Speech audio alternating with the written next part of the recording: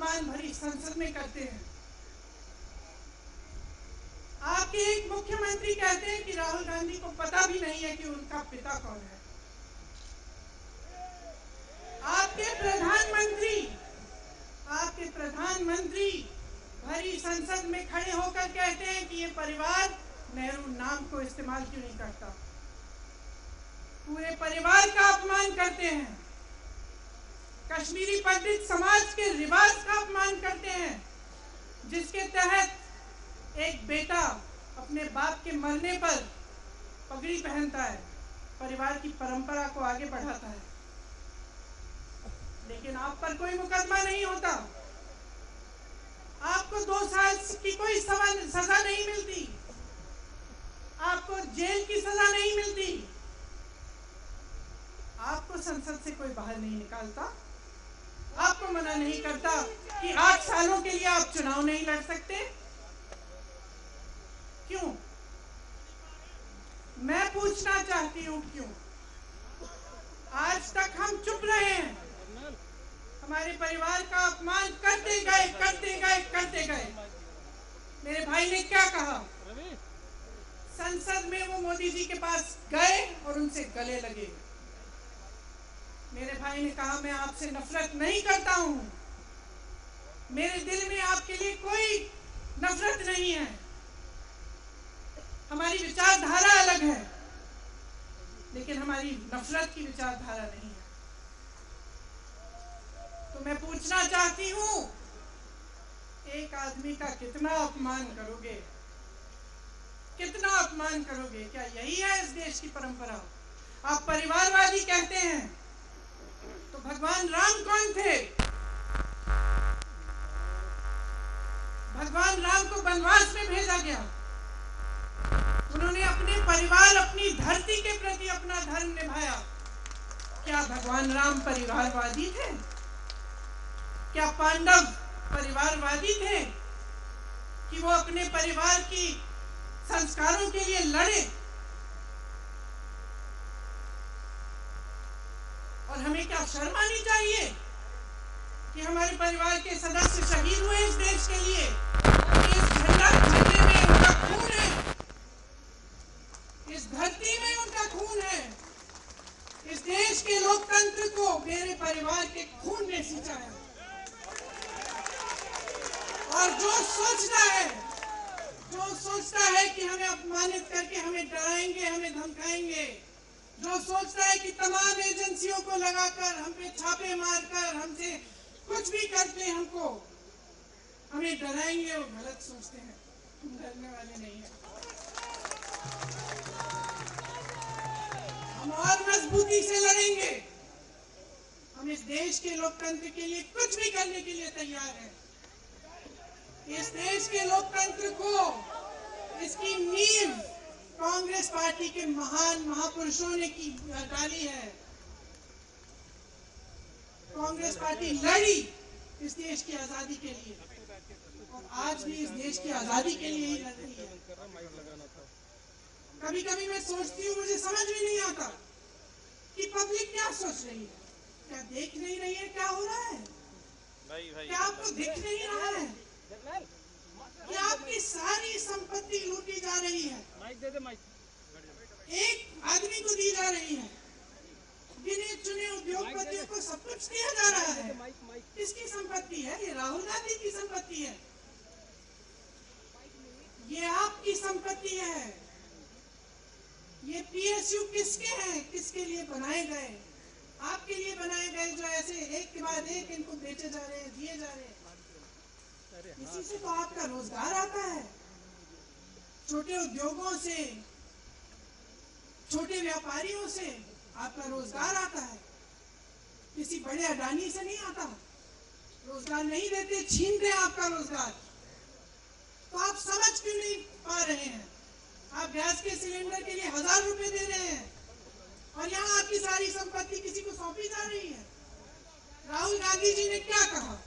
अरे कौन सा इतना बड़ा जुल्म कर लिया कि आपसे 2 सवाल पूछ लिए, जवाब नहीं दे पाए ना, घबरा गए। और जो अहंकारी होते हैं, तानाशाह होते हैं, क्या करते हैं? जब सवालों का जवाब नहीं दे पाते तो पूरी सत्ता को लेकर जनता को दबाने की कोशिश करते हैं। जो सवाल उठाता है उसको दबाने की कोशिश करते हैं। आपने कभी सोचा है, आंखें खोलिए, आपने कभी सोचा है कि ये पूरी सरकार, ये सारे मंत्री, ये सारे सांसद एक आदमी को बचाने की क्यों इतनी कोशिश कर रहे हैं? इस अडानी में है क्या कि इसको आप सारी संपत्ति दे रहे हो देश की? बीसों हजारों करोड़ शेयर कंपनियों में इनकी हैं और आप इन पे इंक्वायरी नहीं कर सकते। ये अडानी है कौन कि आप सब उनका नाम उठते ही बौखला जाते हैं और उनको बचाने में लग जाते हैं? देखिए, आप इस देश के देशवासी हैं, देश आपका है, ये लड़ाई आपकी है। आज तमाम नौजवान बेरोजगार क्यों हैं? हम इश्तेहार तो देख रहे हैं, वोटिंग देख रहे हैं, मदर ऑफ डेमोक्रेसी लिखा है, कहते हैं कि हमारी अर्थव्यवस्था बहुत तेजी से आगे बढ़ रही है, तो इतने नौजवान बेरोजगार क्यों हैं? तो जहां जहां हम जाते हैं बेरोजगार नौजवान क्यों दिखते हैं? इतनी महंगाई क्यों है? इतनी महंगाई क्यों है? क्या आप इतने बड़े काम कर सकते हो लेकिन एक गैस सिलेंडर का दाम कम नहीं कर सकते? आप छोटे व्यापारियों की मदद नहीं कर सकते? आप रोजगार नहीं बनवा सकते? फिर आपकी सरकार किस काम की है? लोगों को दबाने के लिए है या अडानी जी को आगे बढ़ाने की चीज के लिए है? तो आज ये समय आ गया है कि हमें गंभीरता से सोचना पड़ेगा। ये सरकार पूरी कोशिश करती है कि आपका ध्यान भटकाया जाए। अब आप सोचिए, कन्याकुमारी से कश्मीर तक एक आदमी चला, उसके साथ लाखों लोग चले, क्या पैगाम लेके चला? किस लिए चला? उसके दिल में क्या भावना थी कि लाखों लोग देश भर से उससे जुड़ के चले? समता, एकता की भावना थी। आज आपके सारी मीडिया, आपके सारे मंत्री, आपके सारे सांसद, आपके सारे कार्यकर्ता कह रहे हैं कि राहुल जी ने विदेश जाकर देश का अपमान किया, राहुल जी ने एक वर्ग का अपमान किया। क्या एक आदमी जो कन्याकुमारी से लेकर 5000 किलोमीटर कश्मीर तक चल के ये रोज रोज कहता है कि इस देश को एक होना चाहिए, सबको समान दृष्टि से देखना चाहिए, क्या ये आदमी देश का अपमान कर सकता है? क्या ये आदमी एक वर्ग का अपमान कर सकता है? तो ये आदमी क्या कर रहा है? ये आपकी आवाज उठा रहा है। ये क्या कह रहा है? कह रहा है कि गरीबों को अपना हक दो, नौजवानों को अपना हक दो, महिलाओं को अपना हक दो। यही तो कह रहा है। और हक क्या है? हक ये है कि जो आपका है वो आपके हाथ में जाना चाहिए, किसी बड़े उद्योगपति के हाथ में नहीं, जो प्रधानमंत्री जी के मित्र हैं। ये है आपका हक। उसी हक की लड़ाई लड़ रहा है। तो आप समझिए, ये एक इंसान की बात नहीं है, ये एक राहुल गांधी की बात नहीं है, ये पूरे देश की बात है। जब हम कहते हैं लोकतंत्र को बचाना है, हम किस बात की को बचाने की कह रहे हैं? क्या कह रहे हैं हम? लोकतंत्र क्या होता है? खुल के जवाब मांगो, सवाल उठाओ। यही तो लोकतंत्र है कि आपको कोई आपत्ति है, कोई समस्या है, आप किसी के पास जाकर अपना हक मांग सकते हैं।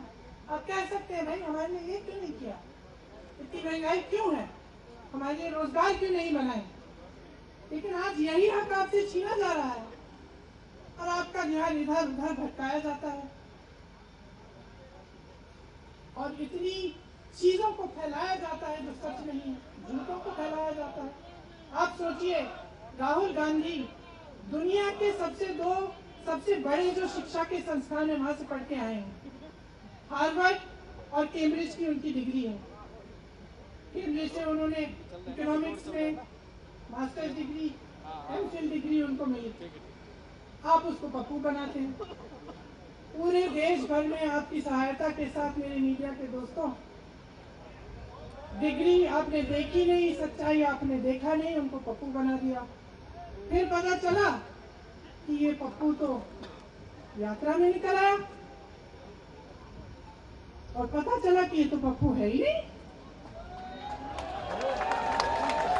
इसके साथ तो लाखों लोग चल रहे हैं, ये ईमानदार भी है, ये सब बातों को समझता भी है, ये जनता के बीच जा रहा है, जनता की समस्याओं को सुन रहा है, तो जनता इसके चली जा रही है। घबरा गए कि राहुल गांधी ने संसद में वो सवाल उठाए जिनका उनके पास जवाब नहीं है।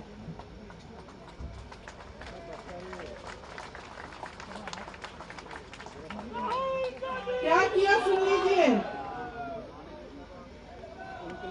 एक तरफ से हंसी भी आती है कि एक आदमी को रोकने के लिए इतना सारा करना पड़ा।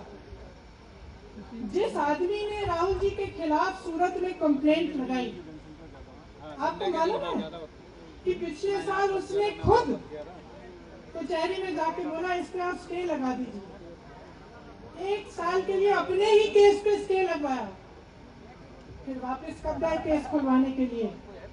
राहुल गांधी के संसद में अडानी के भाषण देने के एक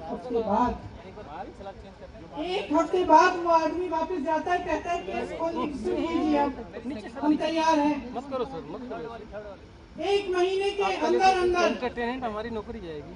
जज कह देते हैं कि राहुल गांधी को 2 साल की सजा मिलेगी। आपने देखा इस देश में कितने केस हैं कि जेल में 10 साल के लिए पड़े रहते हैं, उनकी सुनवाई नहीं होती। ये तो सुनवाई भी फट से हो गई, जजमेंट भी फट से हो गई, सजा भी फट से हो गई। और आपने कह दिया अगले दिन कि 8 सालों के लिए ये चुनाव नहीं लड़ सकते, संसद से बाहर कर देंगे इनको। वाह वाह वाह वाह वाह वाह, बहुत धैर्य है आप में। अरे कायर है इस देश का प्रधानमंत्री। लगा दो केस मुझ पर, लगा दो केस मुझ पर, जेल ले जाओ मुझे भी, लेकिन सच्चाई ये है कि इस देश का प्रधानमंत्री कायर है।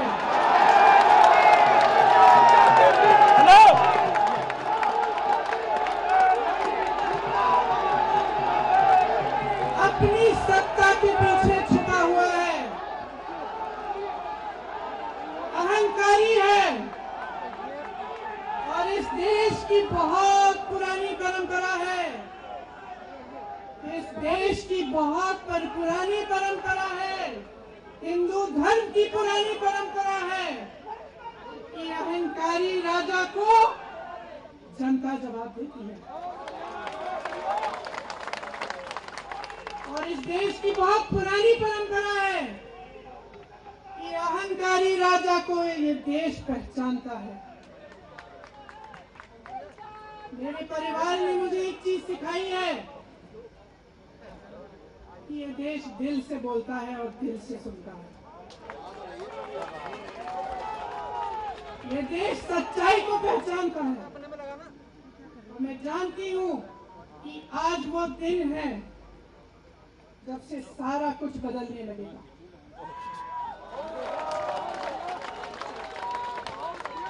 मेरे मीडिया के साथियों, मैं आपसे कहना चाहती हूँ, बहुत हो गया है। मैं जानती हूँ आप पर कितना दबाव है। मैं जानती हूँ कि आपको लाइन भेजी जाती है कि आज आपको ये कहना है, आज आपको ये लिखना है, लेकिन आपकी एक बहुत बड़ी जिम्मेदारी है। आज लोकतंत्र खतरे में है। अगर सरकार सवाल उठाने वाले को 8 सालों के लिए संसद से निकाल सकती है, अगर कह सकती है कि तुम्हें चुनाव लड़ने की ही इजाजत नहीं है, तो बहुत गड़बड़ है, बहुत गलत हो रहा है, और ये लोकतंत्र के लिए ठीक नहीं है, ये देश के लिए ठीक नहीं है।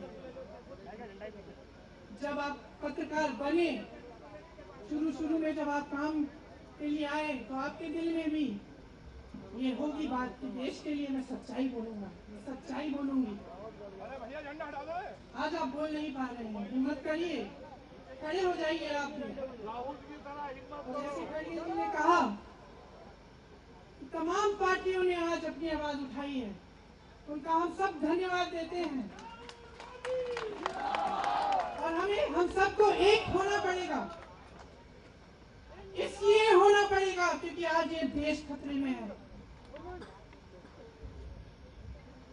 आज इस देश की सारी संपत्ति एक आदमी को सौंपी जा रही है और उस आदमी को बचाने के लिए पूरी सरकार खड़ी हो जाती है। बहुत गलत हो रहा है अगर आज मेरे भाइयों और बहनों आप इसको पहचान नहीं पाएंगे तो इस देश को बहुत खतरे में डाल दें। इसीलिए यहाँ खड़े हुए महात्मा गांधी जी की समाधि के कुछ ही गज दूर खड़े हुए मैं आपको याद दिलाती हूँ कि कितनों ने इस देश के लिए अपना खून बहाया है, कितनों ने इस देश की धरती, इस देश की आजादी के लिए अपना खून बहाया है। ये अफसर हैं यहाँ तैनात खड़े हैं, इसी तरह से इनके भाई सरहद पे खड़े होते हैं हमारे लिए, आज भी अपना खून बहा रहे हैं। क्या इसके लिए? क्या अडानी जी के लिए? कि अपने देश के किसान के लिए, अपने देश के गरीब के लिए, अपने देश के छोटे व्यापारियों के लिए, महिलाओं के लिए, अपने बच्चों के भविष्य के लिए हम सब अपनी जान देने के लिए तैयार हैं। तो मैं आपसे आग्रह करती हूँ मेरे देशवासियों, आंखें खोल लो, समय आ गया है, डरो मत।